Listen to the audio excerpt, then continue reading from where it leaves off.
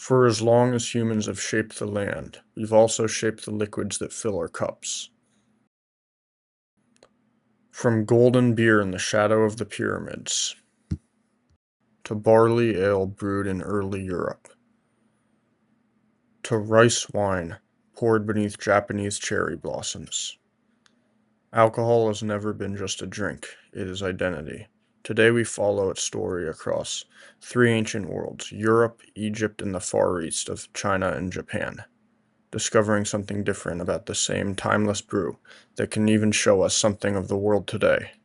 Hope you enjoy this showcase. Our journey begins in Europe, where beer's story is inseparable from everyday life.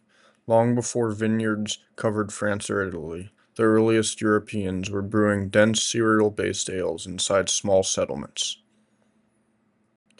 One of the clearest historical images of this comes from the Bayeux Tapestry, a nearly 1,000-year-old embroidered artifact. In its feasting scenes, nobles sit together at long communal tables, raising cups of ale. This tapestry visually confirms how beer physically appeared in the moments of bonding, alliance building, and celebration in medieval Europe. Historians support this, noting alcohol in general, and beer in particular, was the social lubricant. Every occasion called for a drink. Society depended on it to maintain cohesion and so function effectively, according to Unger in 2007. Over centuries, European brewing slowly evolved into the beer culture that defines the modern Western world. Somewhat ironically, monks often became Europe's master brewers, crafting beer as a safe drink, unifying and easing community offerings.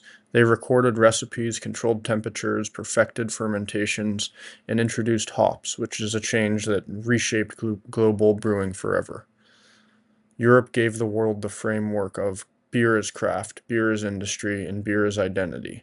The ancient European image of beer continues to define, be a part of, and promote celebration, from events such as Oktoberfest to a modern craft beer to restaurant.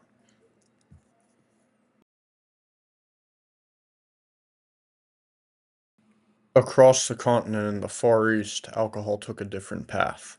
In ancient China, brewing was born not from feasting but from ritual. Early rice wines were used in ceremonies honoring ancestors and gods. Alcohol is believed to open a channel between the human and the divine, making it essential to diplomacy, sacrifice, and imperial court life. Poets like Li Bai, whose work is preserved through classical manuscripts and centuries of calligraphic tradition, wrote of wandering under the moon, cup in hand, finding inspiration in the blurred line between intoxication and enlightenment. As explained in Zhang, 2010, these poems treat intoxication as a moment where the ego loosens and the spirits speak more freely. Thus, the poetry itself, like this original written by Li Bai piece on the screen currently, demonstrates how alcohol had an effect in Chinese intellectual life. Japan developed its own tradition, sake. Brewed from polished rice and pure water, sake was placed at the heart of Shinto practice. Before battles, samurai would share cups as a sign of trust. In shrines, it was used, and in everyday life, sake became hospitality itself, playing a more similar communal role in this instance to beer in Europe.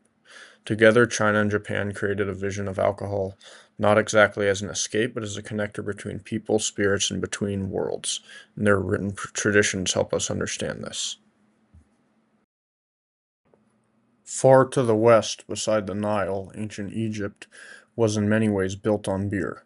Here, beer was not a luxury, it was life. Workers constructing temples and pyramids received daily rations of beer, thick and sweet, brewed from crumbed bread loaves, according to the Ebers Papyrus in 1550 BCE. This ancient medieval papyrus is one of the richest surviving artifacts of Egyptian knowledge, and it describes beer not only as a drink, but as an ingredient in dozens of remedies. It nourished, hydrated, and energized the civilization.